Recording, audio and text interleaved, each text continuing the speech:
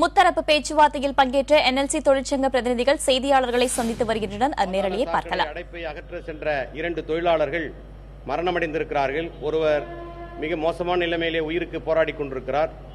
NLC நிர்வாகத்தினுடைய தவறான அணுகுமுறை காரணமாகவும் உடனடி அந்த பணியை எந்தவிதமான பாதுகாப்பு சாதனங்கள் இல்லாமல் பூமிக்கு அடியிலே அந்த சாக்கடை அடைப்பை எடுப்பதற்காக சென்ற தொழிலாளர்கள் விஷவாயு தாக்கி அதே இடத்திலே மரணமடைந்தார்கள்.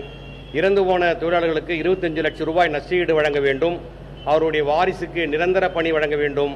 இந்த உயிர் இழப்புக்கு காரணமான NLC நிர்வாகத்தின் அதிகாரிகளை யார் தவறான முறையிலே பாதுகாப்பு இல்லாமல் தொழிலாளர்களை பணி செய்ய நிர்பந்தித்தார்களோ அந்த அதிகாரிகள் மீது சட்டப்படி நடவடிக்கை எடுக்க வேண்டும் என்று வலியுறுத்தப்பட்டிருக்கிறது. எனவே இந்த பேச்சுவார்த்தையில் நிர்வாக தரப்பில் தொடர்ந்து பிடிவாதம் காட்டியதால் எந்த சுமூகமான முடிவு எட்டப்படவில்லை. எனவே வருகிற 29ஆம் தேதி தொழிற்சங்கத்தினுடைய பேரவை கூட்டத்தில் வேலைநிறுத்தம் உள்ளிட்ட சகல போராட்டங்களுக்கும் நாங்கள் தள்ளப்பட்டிருக்கிறோம் என்பதை வருத்தத்தோடு தெரிவித்துக் கொள்கிறோம்.